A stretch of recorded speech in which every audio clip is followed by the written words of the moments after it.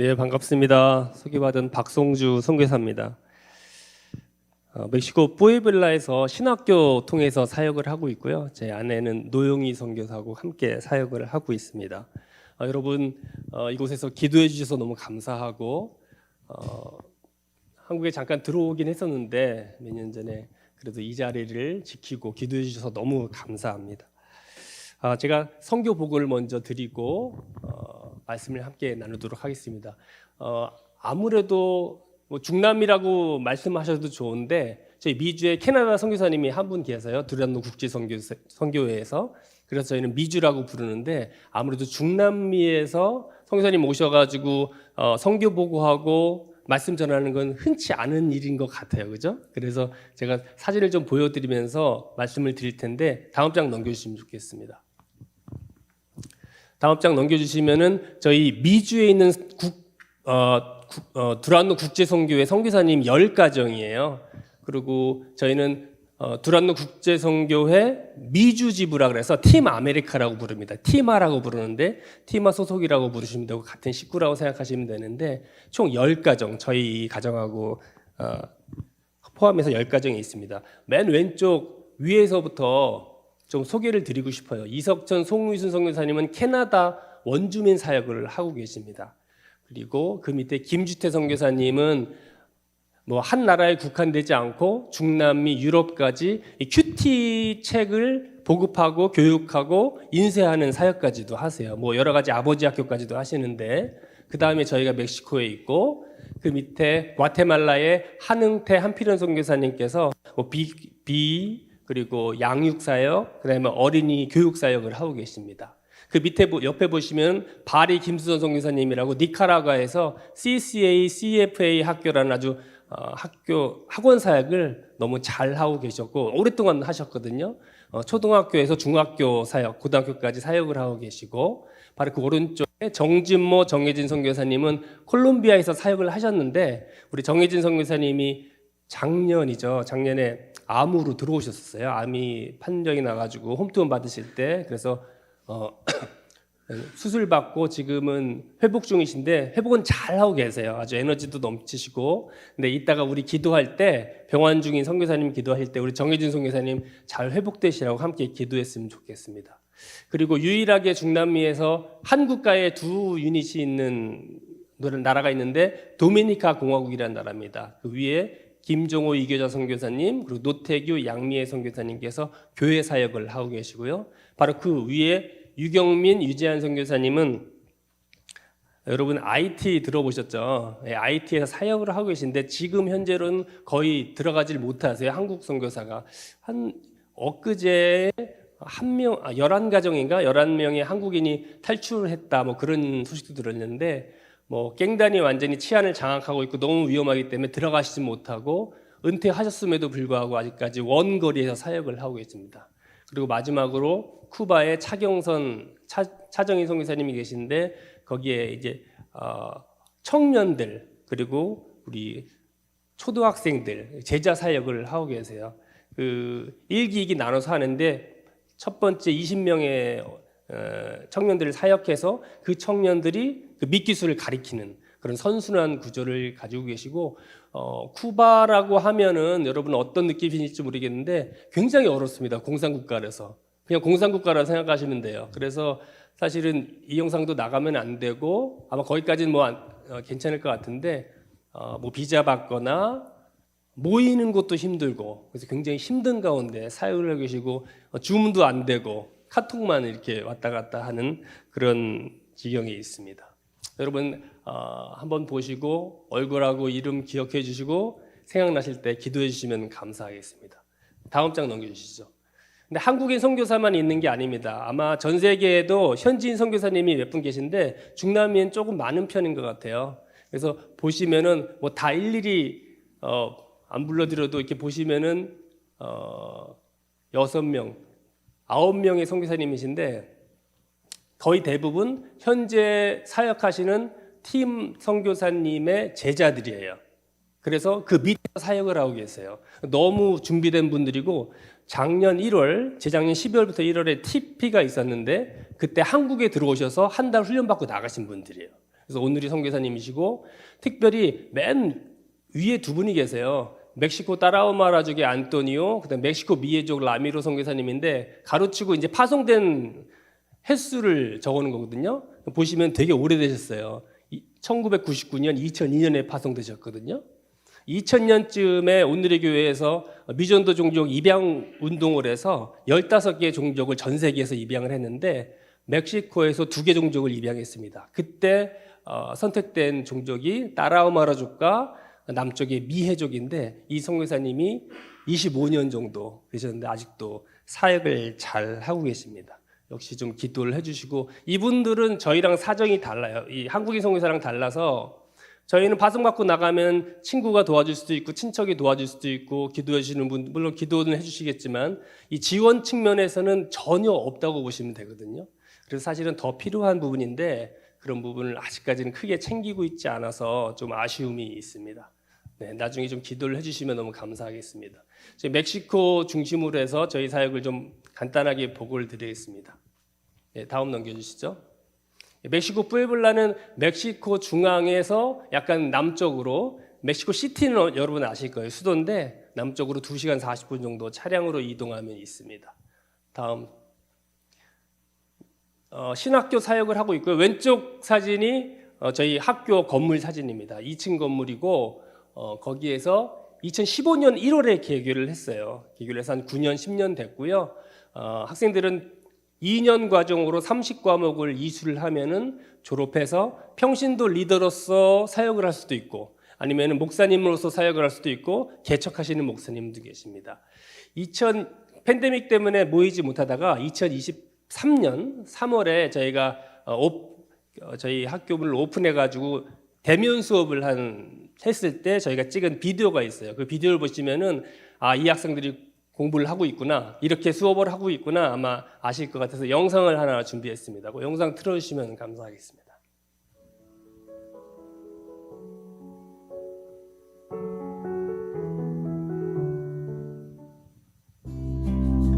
저희 체프라는 예배당이에요. 예배당에서 수업 전에 모여서 수업을 합니다. 팬데믹 전에는 한 10명 좀 적었던 것 같아요.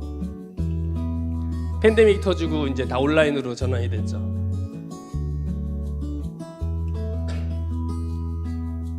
팬데믹 때는 뭐 식량을 나눠주는 그런 사역도 잠깐 했었고 졸업식도 온라인으로 했습니다.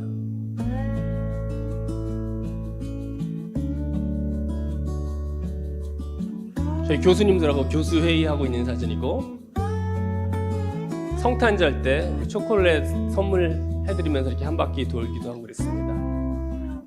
근데 학교 문이 오픈돼가지고 큰 변화가 있었어요. 팬데믹 때. 그건 나중에 설명드릴 텐데 이제 학생들이 사는 곳이 되게 넓어진 거예요. 온라인 클래스 때문에. 그래서 이 차량 같은 경우에는 한 2시간 40분 정도 지방에서 와서 수업을 갔는데 토요일 하루 수업하거든요. 그래서 새벽 5시 정도에는 출발을 해요. 여러분 보시면 굉장히 위험해 보일 테지만은 멕시코에서 굉장히 안전한 차 중에 하나입니다. 저 의자도 뭐 고정되어 있지 않고 좀 불안하긴 하지만 그래도 안전하게 왔다 갔다 하시고 저 왼쪽에 있는 저희 학교가 보이죠? 이 선글라스 끼신 분이 토마스 목사님이라고 이 캠퍼스의 디렉터예요. 캠퍼스 뭐 학장 정도로 생각하시면 되는데 이렇게 담임 목사님이 자기 교회를 오픈해서 내가 이 신학교의 캠퍼스가 되겠다. 그러면 이렇게 오픈하는 캠퍼스를 세우는 사역도 했습니다. 전체 사진이고요.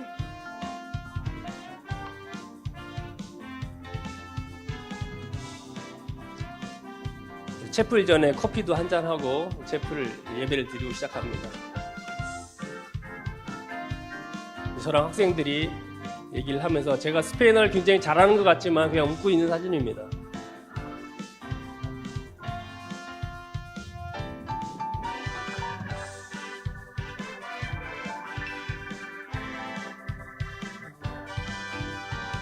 우리 가장 최연장자인 할머님 학생에서부터 고등학생까지 수업을 받습니다.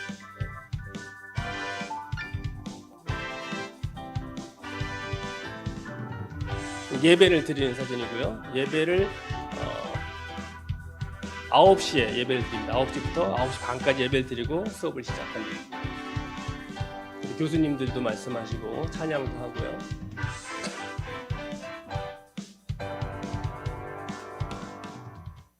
이제 수업이 시작하면은 이제 저희가 교실이 3개 있거든요. 근데 3개 중에 2개만 쓰는데 2개 나눠져서 1학년, 2학년 이렇게 나누어서 수업을 합니다. 그 당시에 2학년 학생들, 1학년 학생들,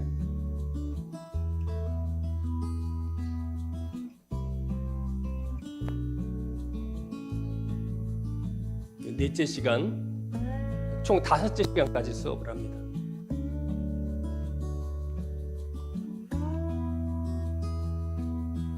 우리 교수님들하고 우리 간사님 같이 찍은 사진이에요. 점심을 먹는데 핫도그를 먹으면 되게 이제 특식이 되죠. 저분들한테는. 점심도 좀 대접을 하고 그렇게 잘 지냅니다. 이제 떠날 때 인사하는 모습입니다.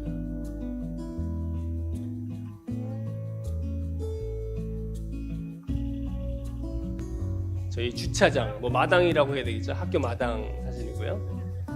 나가실 때 인사하는 사진입니다.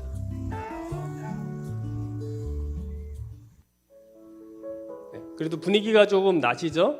네, 중남미에서 사역하시는 모습을 봤는데 우리 박장호 목사님한테 시간을 좀 줄여달라고 얘기를 드렸는데 벌써 8분이 지났군요. 20분밖에 안 남았는데 제가 설교가 13분을 준비했는데 네, 다음으로 넘겨주시죠. 네, 다음 넘겨주시면 돼요. 네, 졸업식 사진 6번의 졸업식이 있었고 7명의 목회자를 양성했다고 할 수 있습니다. 다음 네, 우리 교수님하고 디렉터 다음 교수님들 예, 다음 우리 학생들 사진이에요. 1학년은 12명이고요. 다음 2학년은 16명, 28명. 28명에서 근데 한 몇 명 또 나갔어요. 이렇게 중간에 그만두시는 분들이 많아요. 다음. 네, 이게 학생 신입생 이 추이를 그래프로 했는데 2020년 보시면은 파란색이 신입생 숫자거든요. 2라고 써 있어요. 그러니까 그 해에 저희가 2019년 8월에 투입이 됐으니까 바로 그 다음 날, 다음에 신입생을 모집해야 되는데 도저히 방법이 없는 거예요. 저한테는 언어도 안 되고 방법도 없고 학교가 아주 좋은 학교도 아니고 2명이 들어왔는데 그 밑에 보시면 제로라고 돼 있잖아요. 졸업했냐 안 했냐 그걸 따지는 건데 둘 다 중간에 그만뒀어요. 그래서 10명, 9명 정도 학생이 있는데 그 다음 해에 신입생을 어떻게 할까요? 라는 질문에 답이 없더라고요. 그래서 기도하면서 여러 가지로 아이디어를 짜내봤는데 그때 생각난 것이 그때 팬데믹이 탁 터지면서 온라인 수업이 시작됐는데 온라인으로 수업해가지고 인터넷이 닿는 것이면은 우리 캠퍼스를 세워서 캠퍼스에서 신입생을 뽑자. 내가 뽑는 게 아니라 거기에 디렉터를 세워서 디렉터가 뽑게 하자. 나는 걱정에서 좀 해방이 되고 이런 아이디어를 내가지고 2021년에 확 그래프가 올라갑니다. 그러니까 제가 뽑은 게 아니라 그 디렉터들이 교회의 문을 열고 내가 캠퍼스를 하고 싶다. 그러면 그 디렉터들이 신입생을 모집하는 거예요. 그래서 21명 정도 왔던 것 같고 졸업은 많지 않지만 그때부터 맨 위에 보시면 네모난 하얀 네모가 있잖아요. 그게 캠퍼스 표말입니다. 그래서 총 4개 캠퍼스. 원래는 뿌에블라 맨 왼쪽에 하나밖에 없었는데 저희가 팬데믹 이후에 3개 캠퍼스 개척해가지고 거기에서 인원은 좀 많이 늘어났던 것 같습니다. 다음. 그래서 동그라미 보시면 이 캠퍼스 위치예요. 위치인데 맨 왼쪽에 띄우하나라고 맨 올라가 있는데 너무 멀죠. 그래서 저 학생들은 오지를 못해요. 대면 수업을 해도. 다음 넘겨주세요. 네, 캠퍼스 수업하는 모습이고 각 교회에서 하고 있습니다. 다음. 네, 그래서 계획은 총 8개 캠퍼스, 4개 캠퍼스를 더 세워서 8개 캠퍼스를 하고 싶다는 계획이 있습니다. 다음. 네, 이건 설명을 못 드리겠네요. 넘겨주세요. 네, 이게 개척 교회 건축까지 캠퍼스를 도와주고 있어요. 더 나아가서 다음. 네, 장학금도 전달하고 다음. 이렇게 여러분한테 보여드릴 수 있는 사역이 있었던 것 같아요.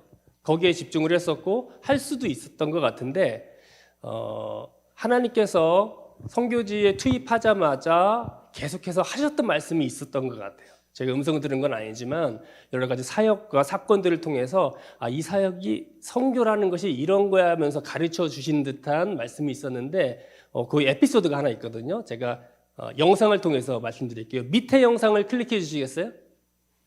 팬데믹 때 어떤 가난한 마을에 음식을 나눠주러 갔는데 이 자매를 만났어요. 한 중3?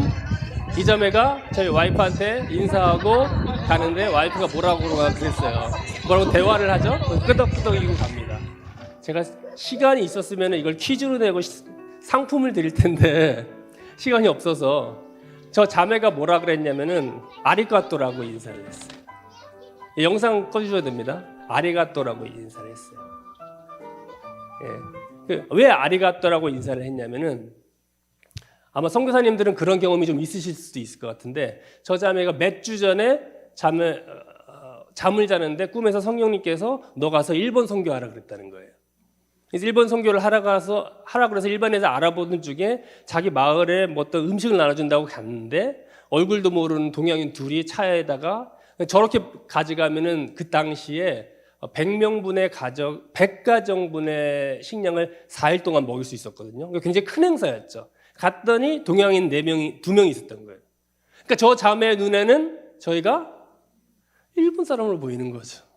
그래가지고 아리가또라고 인사했는데 우리는 한국 사람이다. 그러고 이제 인사해서 보냈는데 저런 사건들이 조금 있으면서 하나님께서 뭐라고 말씀을 하시는 것 같냐면은 이 선교를 내가 완성하고 있다고 말씀해 주시는 것 같았어요. 내가 완성하고 있고 내가 꼴을 넣을 거야. 꼴에 깃발을 꽂을 거야. 그렇게 말씀을 해주시는데 좀 큰 울림이 있었던 것 같아요. 보이는 부분의 사역에 대해서는 뭐 쉽다고 하면 좀 그렇겠지만은 그래도 뭔가를 할 수 있었고 계획은 보이는데 이 보이지 않는 하나님의 선교를 성취하는 부분에 대해서는 방법이 없더라고요. 뭔지도 잘 모르겠고 보이지 않는 것이 무엇인가에 대해서 많이 묵상을 해봤는데 저는 그렇게 경험이 많은 선교사는 아니지만 선교하면서 두 가지가 떠올랐습니다. 첫 번째는 이 선교가 내 선교가 아니라는 거예요. 하나님의 선교인데 이건 좀 부정적인 원인에서 왔는데 왜냐하면 이 선교가 내 선교라고 하는 사람들이 좀 있다는 겁니다. 그래서 선교지를 오히려 망치고 있는 부분이 있을 수 있다는 거예요. 그래서 우리의 욕심을 내려놔야 된다는 것이고 두 번째는 선교를 달성하는 과정이 중요한데 그 과정이 좀 무시되고 있다. 그 과정 가운데 뭘 해야 되냐면은 우리랑 목적을 같이 하는 사람들, 교회와 단체와 소통하면서 연합이라는 걸 이루어야 되는데 그것이 너무 어렵다는 거예요. 그것을 하라는 거죠. 하나님께서는 그 모습을 보고 싶다는 겁니다. 일을 빨리 하지 않더라도 조금 늦게 하더라도 옆에 사람과 동역자들과 소통하면서 싸우면 화해하고 어려운 부분이 있으면 좀 나누면서 그 꼴을 달성해 나가라 하는 게 두 번째 이야기였습니다. 오늘 본문 얘기를 좀 하죠. 오늘 읽은 성경 본문은 사무엘상의 전반부의 이야기입니다. 이 말씀뿐만이 아니라 1장부터 8장까지의 말씀인데 사사시대 마지막을 장식하는 두 명의 리더가 나옵니다. 한 명은 엘리 제사장이었고 한 명은 사무엘이었습니다. 여러분 사무엘은 잘 아시죠? 그리고 엘리도 아실 거예요. 말씀의 주인공인 사무엘은 선지자이기도 했고 이스라엘의 마지막 사사였습니다. 그리고 이스라엘의 정치 체계를 사사시대에서 왕정시대로 넘기는 그 중요한 다리 역할을 했죠. 사울과 다윗에게 왕의 기름을 부었습니다. 근데 하나님께서는 이런 사무엘을 정말 무한 신뢰하셨던 것 같아요. 사무엘상 3장 19절에 이런 말씀이 있는데 제가 읽어드리겠습니다. 여호와께서는 사무엘이 자라는 동안 그와 함께 계셨고 그가 하는 말은 모두 그대로 이루어지게 하셨습니다. 정말 100% 나는 너를 신뢰하니까 한번 해봐 이렇게 응원하셨던 것 같아요. 근데 그 반면에 최고의 권력자, 당시 최고 권력자였던 엘리에게는 그렇지 않았던 것 같습니다. 엘리의 근데 행위와 말하는 걸 보면 조금 종교 지도자로서는 좀 부족한 부분이 많았던 것 같아요. 1장부터 사무엘상 1장부터 처음 나오는 인물은 한나였습니다. 사울의 어머니 한나였는데 한나가 자녀가 없어가지고 고생하고 핍박받고 어려움이 있을 때 성전에 나가서 기도를 했단 말이에요. 근데 그 기도를 하는 그 중얼중얼 도는 소리를 술 취했다고 핀잔을 줬죠, 엘리가. 그리고 어린 사무엘이 엘리 밑에서 양육을 받았는데 3번에 걸쳐 밤에 하나님께서 부르시죠, 사무엘아 하고. 그런데 하나님의 음성을 직접 듣는 굉장한 그 축복은 이스라엘의 대제사장 엘리가 아니라 사무엘의 몫이었던 거예요. 성경은 엘리를 그렇게 저평가하고 있습니다. 성경은 엘리 제사장의 실패한 인생의 결과를 그 두 아들을 통해서 제시를 하는데, 엘리에게는 홈니와 비느하스라는 두 아들이 있었습니다. 이들도 족보에 따라서 제사장이 됐는데 사무엘상 2장 12절은 이들을 이렇게 평가합니다. 엘리의 아들들은 악한 사람들이었습니다. 그들은 여호와를 의식하지 않았습니다. 왜 그랬냐면은 그 다음에 읽어보면 2가지 큰 죄를 짓는데, 한 가지 큰 죄는 사람들이 제사 때마다 가져오는 고기를 가져오면은 자기들이 먼저 그 고기를 취했어요. 뭐 좋아하는 부위가 있었나 보죠. 좋아하는 부분을 취하고 제사를 드리고, 2번째는 성전에 있는 여인들과 동침을 하는 성적인 죄도 저질렀습니다.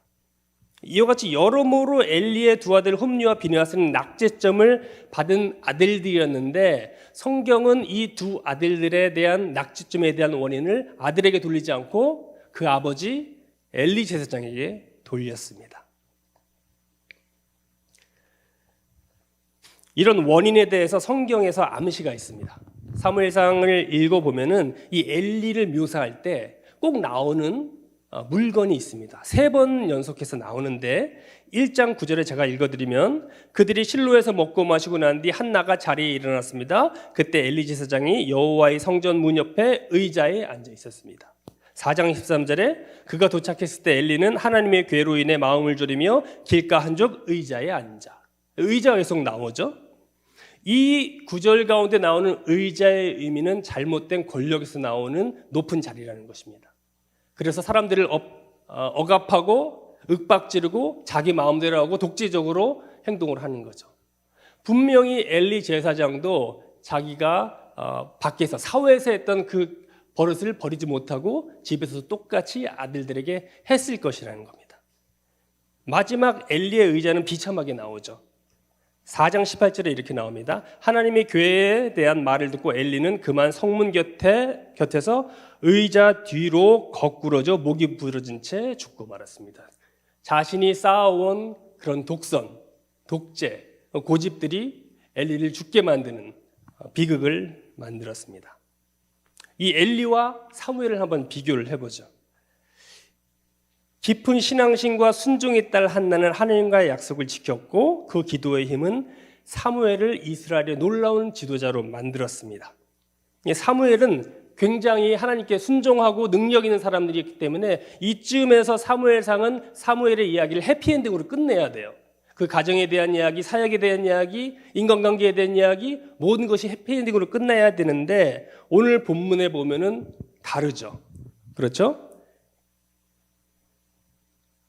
다 읽을 수는 없고 2절부터 읽을까요? 맏아들의 이름은 요엘이었고 둘째 아들의 이름은 아비야입니다. 오늘 본문입니다. 그들은 브엘세바에서 사사가 됐습니다. 그러나 사무엘의 아들들은 사무엘이 걸었던 길을 가지 않았습니다. 그들은 부당한 이득을 따라 뇌물을 받고 옳지 않은 판결을 내렸습니다. 그래서 이 장로들이 따라가고요. 장로들이 뭐라 그랬냐면은, 이제 당신 늙었고 당신 아들들은 당신이 행한 길을 가고 있지 않습니다. 그러니 우리에게 왕을 세워주셔서 모든 나라처럼 왕이 우리를 다스리게 해주십시오. 이 왕은 하나님께서 원하시는 왕이 아니었어요. 하나님께서 왕을 세우겠다 약속을 했지만 인간의 왕이 아닌 하나님이 만들어주시는 왕이었죠.